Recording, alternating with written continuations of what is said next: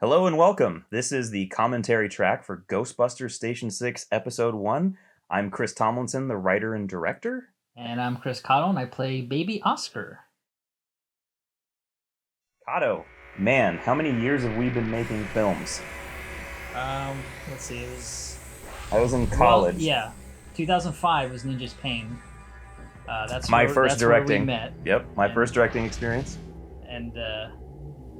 And it was actually just shortly after that we talked about making this. Yeah. Oh my goodness, I didn't even realize that. Because, we became fast friends on that set. It was a fun set because we had to get something done in 24 hours. Yeah. And, my friend Robbie Moore, who's also a frequent collaborator of ours, he brought me onto that set and introduced me to the group. And at least 3 people from that set I still work with today. And I just saw Brent Huff playing our character Coven Man, who is not named in the actual movie. But Brent Huff was working on Forgetting Regret, which is also another short film that we worked on together. Yeah. Brent and I have known each other a long time. He cast me in my very first movie, well, other than Ninja's Pain, I guess. But shortly that was me. My first feature film. Yes. Welcome to Paradise and Cat City. Oh, I didn't know you were in Welcome to Paradise. Yeah. I knew you were involved in it. I didn't know you were in. No, I was in it. I played the valet. I took a line. And both those movies, incidentally, had Brian Dennehy in them. Although I met him once because we were on set the same day in Welcome to Paradise, but I never worked with him on either one. But anyway, yeah, Brent and I, we've been friends for a long time. I've cast him in a couple of my stuff. So, and hopefully many more. He's very easy to work with, very professional. Good actor, great voice. Yes, that voice, man. Well, if you keep on taking him in the a little bit more on Brent in a second because we're going to see plenty of him. But I just wanted to talk about how this really did start back when we first met, and I actually just found the original. It was called Ghostbusters: The Gaelic Call, and you were going to play the main character. It was not Oscar Barrett, and what became Station 6 was that. Where is he? That's what I'm asking you. I've grown up loving Ghostbusters, as I'm sure most people listening to this have, and there's Brent again. With Augie Wayland, which that is Augie's parents right there, Casey and Blair. In real life. Yep, in real life. I went to high school with Blair. They're both actors, and actually, Casey Wayland is the producer, director, writer of one of the best dramatic podcasts out there, We're Alive, if you wanted to go check that out. He is a masterful... Yep, Ghostbusters Station 6. There's the Ecto POS. But Casey Wayland is still going. That's still going on. And last time I heard, they were even making a small television type show out of We're Alive. But it's going to be on IGN.com. There you are. Yeah, about 20 pounds overweight. Oh my gosh. But through and through, I always wanted to work with Chris in a Ghostbusters movie. And it was actually you who convinced me to make the story about Oscar Barrett. I don't remember exactly. It had something to do with Sigourney Weaver. Like, you showed me a interview with Sigourney Weaver, wondering about where her baby would have ended up. And that was the genesis of this story. Yeah, I just think that it really made sense that, why don't we follow him as a Ghostbuster? We don't really explain why he's in Orange County and he didn't stay in New York. I mean, we touch on it, but it's not like... we kind of contrived that for our purposes. Yeah, well, and I'm playing off of, which we're going to get into this in episode 2, which I'm going to keep my lips zipped as much as I can, so forgive me ahead of time. It is our job to track Where Kato, Oscar, is, he's very much influenced by what happened to him by Vigo. And we'll get into the implications of that. I don't want to do any spoilers, but like one of the things that was said, what did Peter Venkman say? Out in Southern California's beautiful San Fernando Valley. And whatever connection Oscar had in those moments where Vigo was attempting to possess him has left an impression on Oscar. And again, we'll get into that in episode 2. The tricky thing about approaching Oscar was You didn't call the Ghostbusters? He's not Venkman's kid biologically, but his dad is New approach. an absentee father. Yeah. So the influence he would get would be half Dana, half Peter. Yeah. And that was the tricky balance, even with writing the script, but in playing the role, because you didn't want to rehash what Bill Murray did either, because it's such an iconic performance, and you don't want to be like the second-rate Bill Murray, and do the knockoff thing. So I tried to channel a little of Dana's character too, who's much more level-headed, down to earth. Yeah. Not putting up with Bill Murray's crap. So imagine those two forces in your head. The prolific performances of Sigourney Weaver and Bill Murray at war in your head, and I think you nailed it. Happening, and you're just ignoring it like you do everything else. There's Veronica Rosa Ray, and that is her actual stage name, but you know her as Veronica Gladwell, and the fact that you'll see a transition as Oscar slowly goes on his journey for this. He's going to go from Ronnie, which she does not like being called, but you call her that anyways in real life. Yeah. And that's why ultimately I could not bring myself to coming up with a better name than her actual name, because of the dynamic you two already have in real life. And that ultimately, you two playing these two parts is what I always envisioned. And also just a special thanks to my entire family. You will see in these credits, every single person was participating. My mom, my dad, my brother, my wife. Oh my goodness, thank you so much for all of the times you let me take basically 6 months of every spare moment I had building equipment while we had our first son. And she is a saint. Thank you so much, Cassie, for everything that you let me do here and how much you support me. And Corey, Mom, Dad, you have always supported me in my crazy pursuit of film, and thank you. Thank you for not only supporting me here, but like putting your hands to the plow and helping me finish this movie. You see my dad as the gaffer. He was on set most of the time. My mom was on set most of the time. My brother was on set most of the time, helping me assistant direct and produce. And it was a family event, much like most of our other short films that we do. Forgetting Regret, Alien Addiction. What's the one where your parents brought a motorhome to... That was Forgetting Regret, yeah. That was Forgetting Regret? Yeah, oh, scene that's got cut. right. Okay, yeah. We drove all the way down for that scene. That's why I couldn't remember it, because it's not in the final cut. That's right. And that's where I met Brent, on set, and we were renting some podunk apartment in Anaheim, right outside of Disneyland. We were filming major scenes in there, and you and him verbally sparring was just beautiful. The way that you guys played off of each other, the way that it was just so real. This is exactly what would happen if this is the situation these two characters were in. Yeah. I'm not going to say anything, because you should go check out Forgetting Regret. It's on YouTube. It is. And it's on IMDb. Yep. It's still my best work, I think. Actually, if you go on either one of our IMDb's, you can see the full movie. There's a link to it. Went straight to working the crowd. All of these people that you see on screen, 100% of them are my first choices. They all said yes. I mean, this is the easiest thing to cast, because you say, "Hey, do you want to be a Ghostbuster?" Like, how many people are gonna say no? Well, it's funny, because when I texted Joey Cinco, I said, "Hey, we're doing a Ghostbusters thing. Do you want to play this part?" And he was like, "Yes." And then he was like, "Sorry, this is a new number. Who is this?" That is the most Joey Cinco story I think I've ever heard. He agreed to playing it even before he knew who I was. Oh my god, we haven't seen him on screen yet. He was like, yet. "Yeah, I love Ghostbusters," so... Yeah, Joey Cinco plays Specs, Michael Edwards, but he goes by Specs in here. And I gotta tell you, so you introduced me to him over text message, and I went, "Hey man, can I take you to coffee?"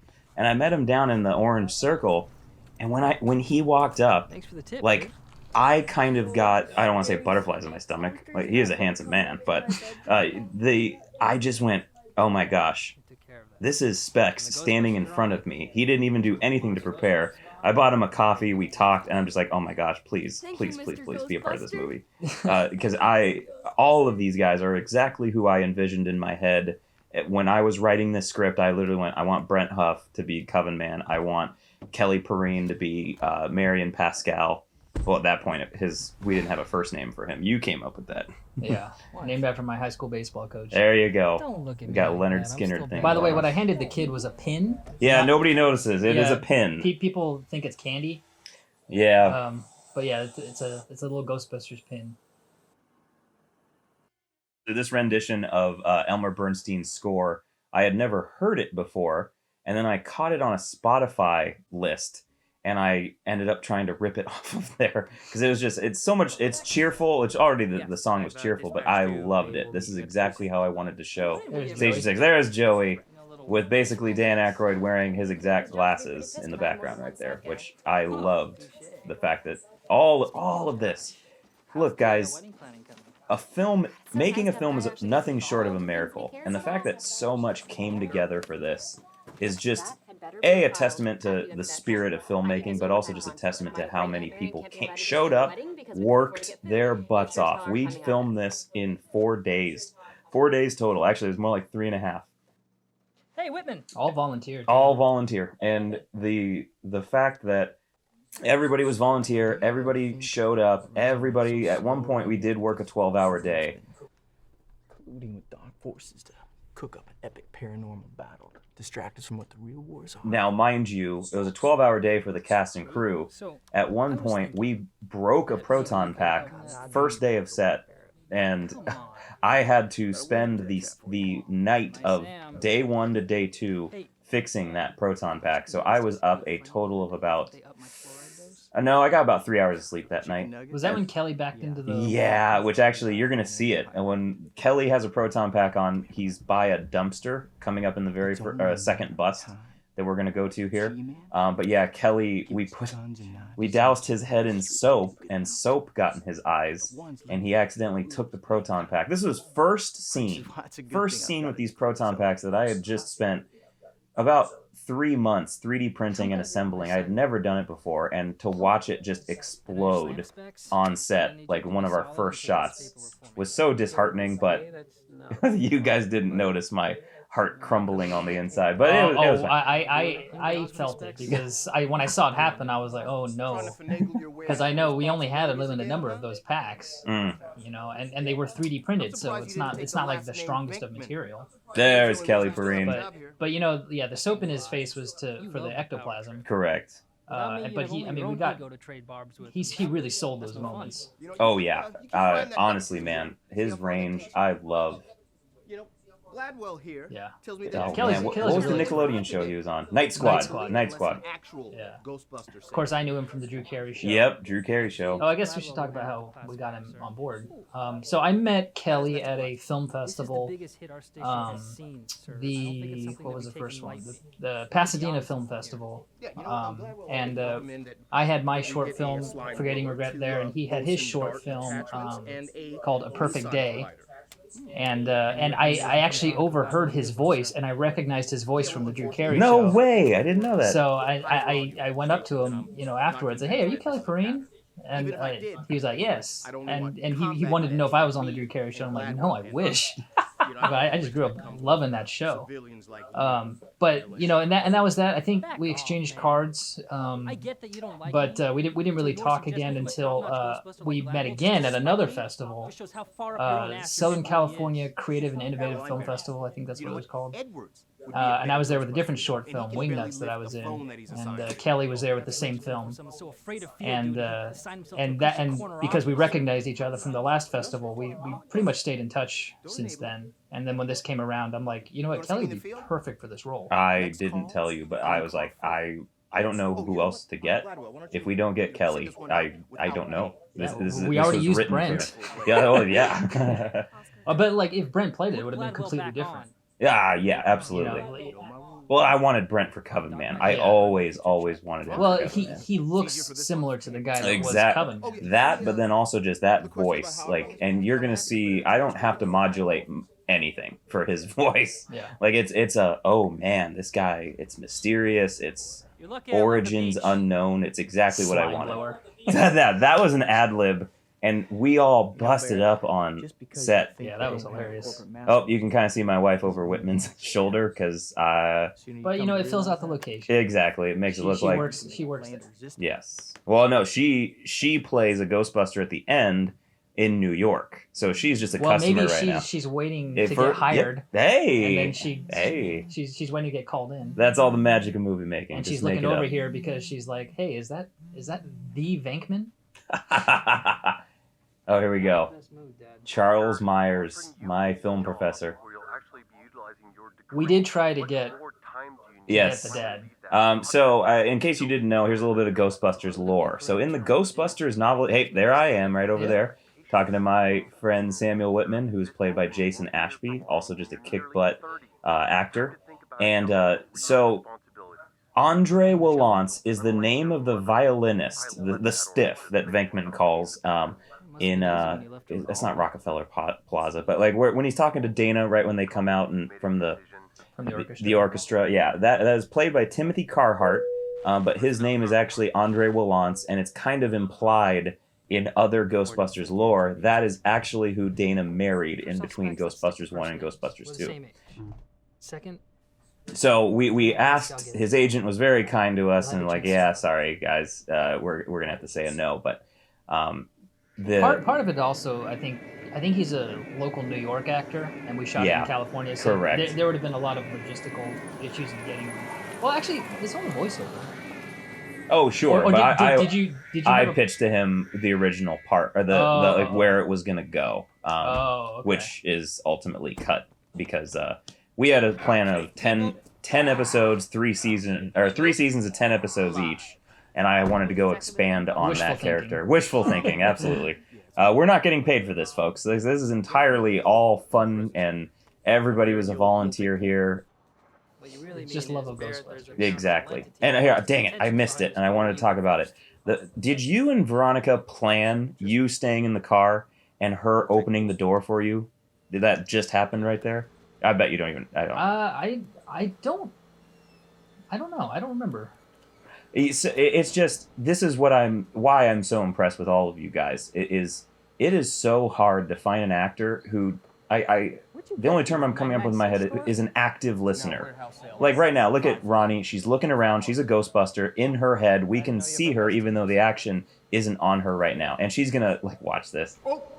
I've seen this too many times. Like, like you guys, even though you're not the main subjects, you are still being in character. Do you know how hard it is to find actors who are willing to do that? Like the second they don't have speaking lines, they check out. I agree, but the fact that everybody here, like, you believe that these people are in this world that they're in, and I didn't have to do much. There was hardly any correction on this set. You all were on your game. I loved every minute working with all of you guys there. Yeah. Oh, We had okay. pros. Yeah. So this right here, there's a lot of questions about it. That is a G in the Gozerian alphabet from the Ghostbusters video game. And what is being implied here, you can kind of see that orange mist going on there, which is going to transform a ghost into a deadly creature. But we're going to get into a lot more of the Gozerian influence going on behind the scenes in episode 2. But like that's just answering the question of what a lot of people have. Aw, you're kind of cute. Yeah, this special effect ghost here by Esteban Gunn, and you're going to see in the refinery area. He's also going to be playing the 3 ghosts that pop out from different areas. He was doing all this in his apartment on a green screen. I don't remember how did you get him involved? How did you know him? He directed me in a movie called The Bad Coming Back, which I did back in 2012. And I had actually auditioned for a different movie that he was going to do, and that one never got made. It was a little too ambitious, but he remembered me and he called me in for Bad Coming Back, and I worked with him on that. And I knew he'd done special effects, so when we were calling in all the favors we could to get this made, I called him for this, and luckily he was on board because he loves Ghostbusters too, just like we all do. Yeah, and the other special effects by Stephen Cunane, and we've known him for a long time. Yeah, I met him back in 2010 when I did his film, The Sandman, which he wrote and directed, and he's like master effects guy. He actually works. He does it professionally now. He did work for Rhythm and Hughes, and he's in England now. Yeah. He worked on Game of Thrones and Lost in Space and among other Walking Dead. Yeah. So he's done a lot of work with effects. You can see the soap all over him right now. And actually, that trap is exactly the one that is used in the short film Generations that just probably came out as you're watching this. With me as a Ghostbuster and my little son playing. We have a playtime together with Ghostbusters. Look at this guy. Kelly is the best. More so, I bring up the special effects and the proton packs and the 3D printing. There is no excuse. If you want to make a film, go make a film right now. You can go and learn any of this stuff at your own discretion. There are YouTube tutorials. It's just a matter of the power of your will to go and make these things. And honestly, that is the story of Oscar Barrett right now. He needs to discover the will to go out and make decisions for himself. When he was a baby, he was possessed by a demagogue, basically a demon. Vigo the Carpathian is in his head and has stripped him of his will, and this is Oscar's journey in getting back his will. And here's the first step in that of him not being blown by every wind that comes at him. He's going to make a decision for himself right here. By the way, Kelly, we only had for one day, so every scene that you see him in, he learned all those lines. Yyep. This wasn't broken up into days. I shot not anymore. Like, 6 days? I don't know. I don't remember. Well, so when I said 3.5 days, it was spread out over 6 days. So you and Ronnie came in for 2.5 days, and we did a lot of shots, like the tracking shot that was in the very beginning, and then we did the first bust. Station 6 right there that you just saw. Every scene in Station 6 except for the one where it was just you and Ronnie. I think we called it a day there. And then, you came back for a pickup shot here. This is just me and you, I think. Oh yeah, by the way, all of these locations are within like a 1 mile radius of each other. It was a very good opportunity we had, but now as we go to make episode 2, we are having to go and find new locations, and what we're going to see in the story is... It drives me crazy you can't see my phone on. Oh, come on, you method actor. But the fact of what has happened after this giant paranormal uptick, Marion Pascal has flush with cash, and he has a new location, new cars. Everything is just no expense, and that's going to be the storyline. But that we are not going to see this location again because we filmed it basically over a Christmas break when nobody was there, and we're not going to have that opportunity again. And that means this is the only scene I'm not in. Yeah, sorry, man. No, if every call sheet had your name on it except for this one. Oh no, you just left early. You were actually here this day. You got to leave early. Yeah, if we did more episodes, there would have been more scenes like this where we could develop the other characters. But since we had to condense it all the way down, it's really just became Oscar's story. But like these are actually really interesting characters that I would love to get more into. Absolutely, and we are in episode 2. What is it? Especially like Joey and Veronica and Jason, they tapped into the spirit of what Ghostbusters is, but then still just maintained their uniqueness. These are not carbon copy. Like obviously, look, Specs, he could easily slip into a Harold Ramis impression or like nuance it like Egon, and he doesn't. No, this is another different character. The police were reluctant to call us, but due to paranormal activity, they finally put down their jelly donuts and gave us a call because we're the Ghostbusters. Sam Whitman is kind of just out there and looking into the conspiracy side of, like, this is a terrifying universe these characters occupy. Venkman's stance, like the fact that a god can come in and just invade the Earth whenever they want, and the only thing stopping them is a couple of, quote, bumbling scientists, as you will hear Coven Man say, that's terrifying. And there has got to be some truth to the conspiracies that Whitman's going into. And then Jason Ashby killed it. I loved every moment of watching him expand on the character. And Veronica as Ronnie Gladwell is just awesome. She's a good ground to Oscar's Venkman side. She's basically the embodiment of what Dana would be to Oscar, because she's very much order, and Oscar leans a little bit more towards chaos. This was the very first scene that we shot. Yep. But my dad offered me a gig in New York. That is my brother's apartment. Better money, closer to my mom. My hair is a little different. Yeah, nobody has brought this up yet, but here's a little secret.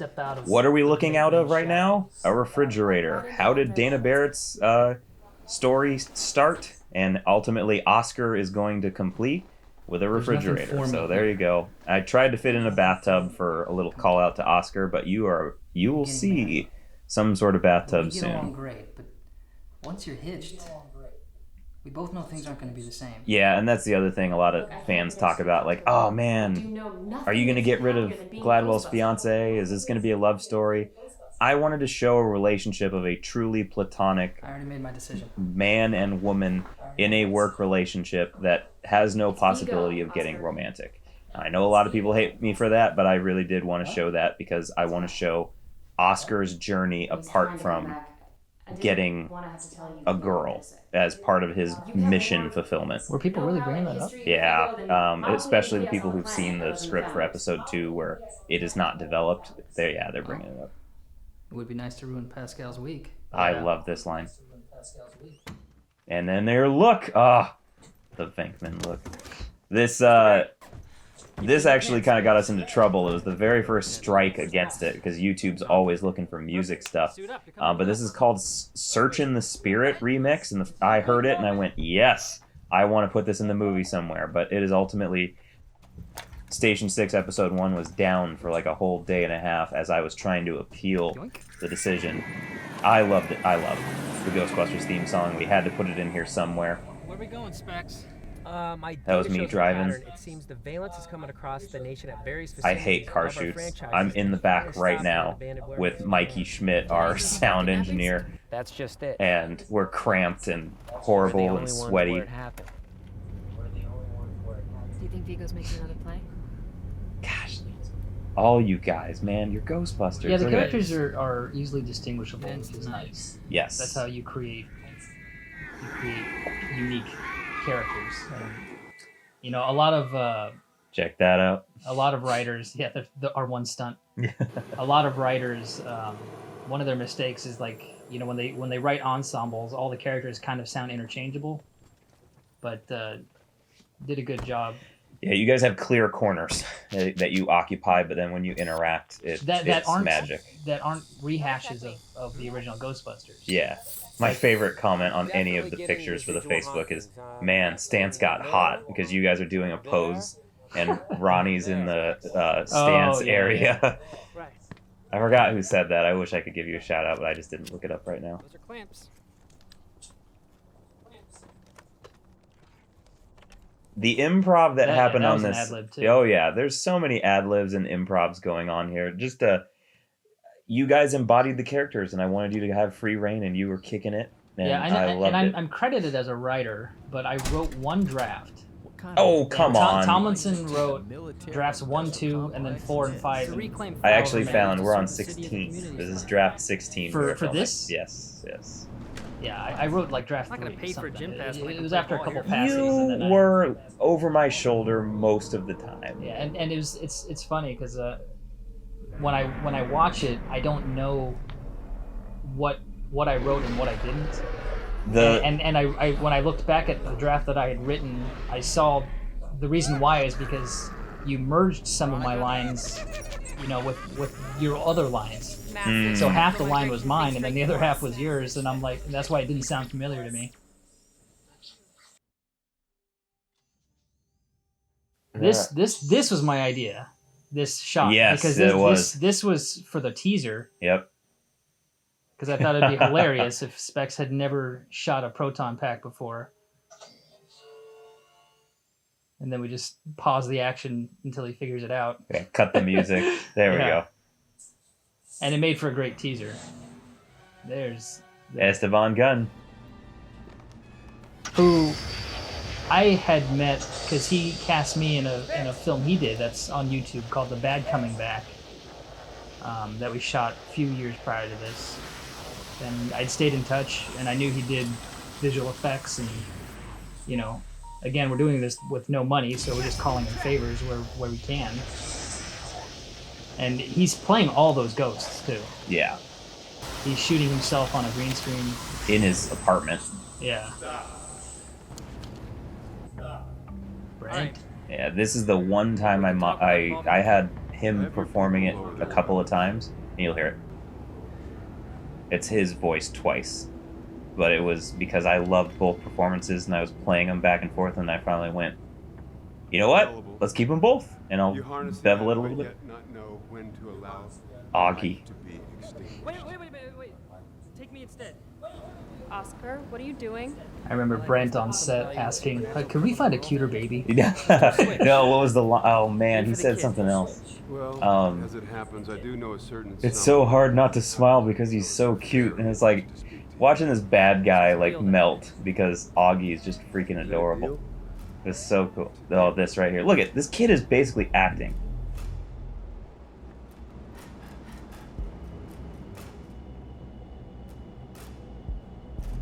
I kind of like this shot because it reminds me of Ghostbusters 2.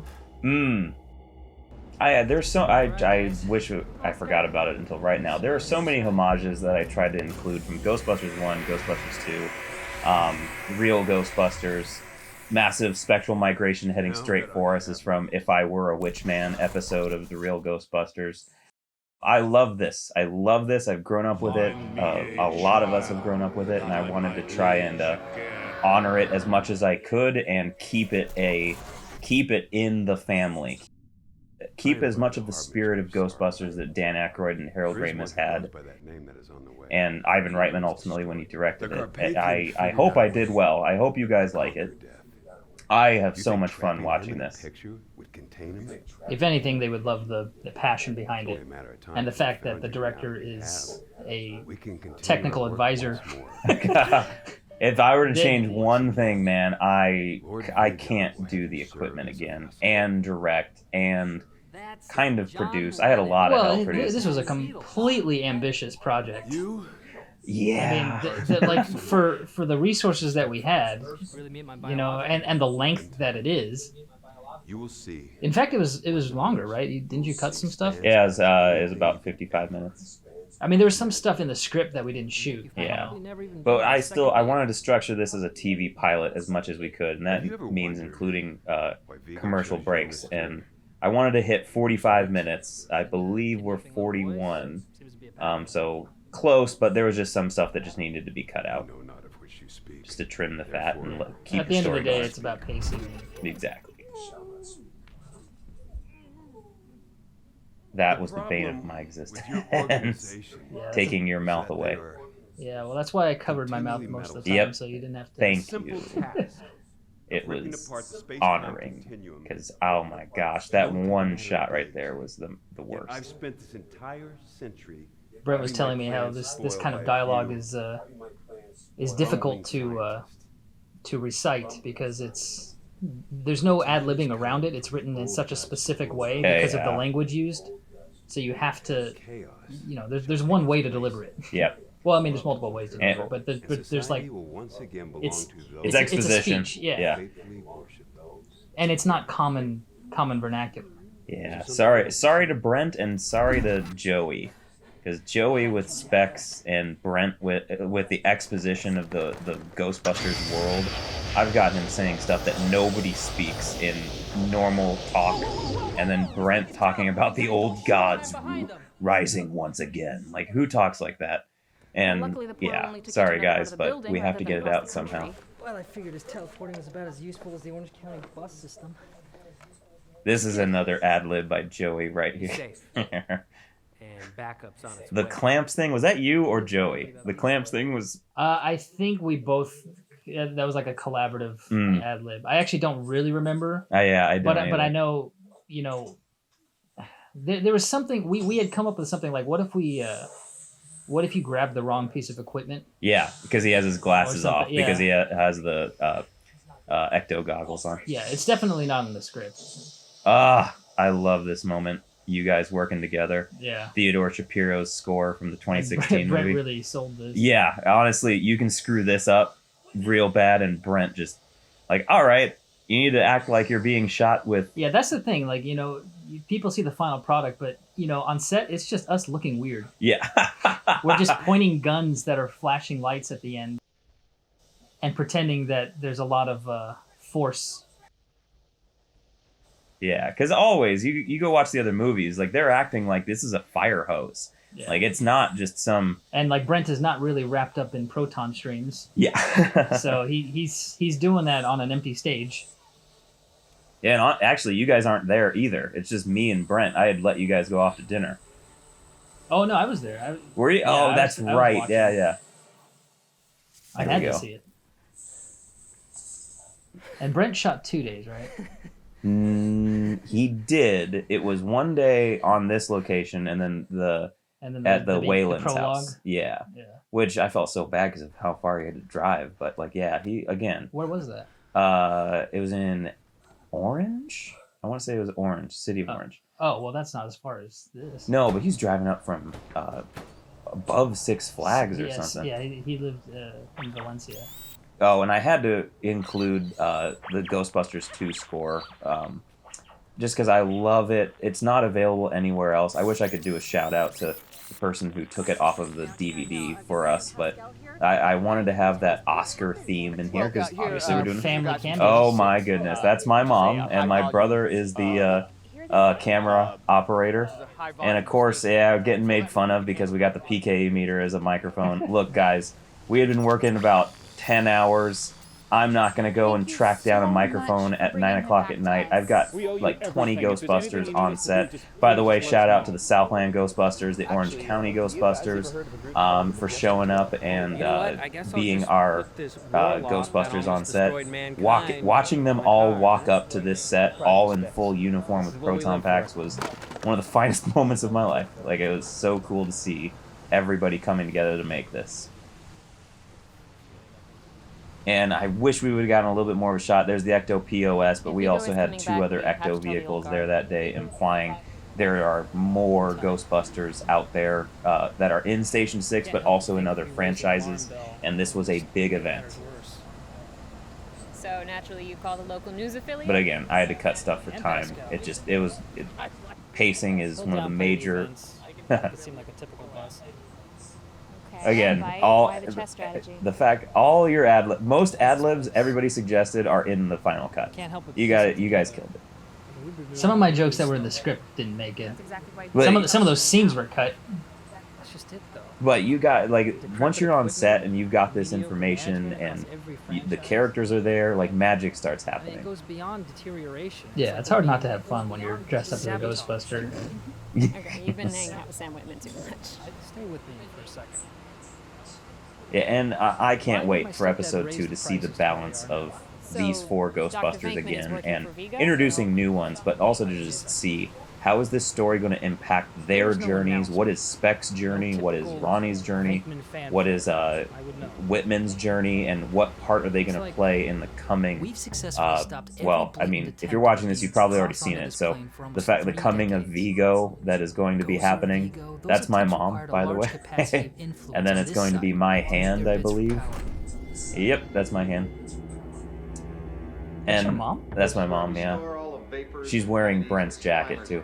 There's my wife and my dad, actually, playing Ray Stantz, introducing how you're going to put a ghost trap into a advanced containment grid. This is kind of... I touched on the IDW comics a little bit, as much as I could, just simply because I love what they are doing in the IDW comics and the video game. There I am again, and my buddy Brett Prouty. And like showing that their Ghostbusters isn't just in the firehouse. They have warehouses, they have other ecto containment grids, and are improving upon the equipment constantly. There's a whole world of Ghostbusters out there that you probably haven't seen if you just stopped at the movies. Go play the video game, go read the comics. There's Vigo. We also tried to Or get I Peter could just be off McNichol my for rocker. this. Yeah, for that shot right there. That's the other thing of honoring both Ghostbusters 1, 2, and any of the other source material I just said of I want to include as many people from that original thing as possible, just not because I'm just a fan, but the people who are watching this are fans, and hey, there we are. And it's such a rich story by Dan Aykroyd, Harold Ramis, Ivan Reitman. God bless. Yes, indeed. Yeah, and just check out how many people participated in this. Nobody was paid here, guys. And everybody came out because we're honoring this movie that we all love. And I'm so blessed by it. I love what we did. And I'm super proud of it. Yeah, this was fun. This is actually one of my favorite projects that I've been involved with.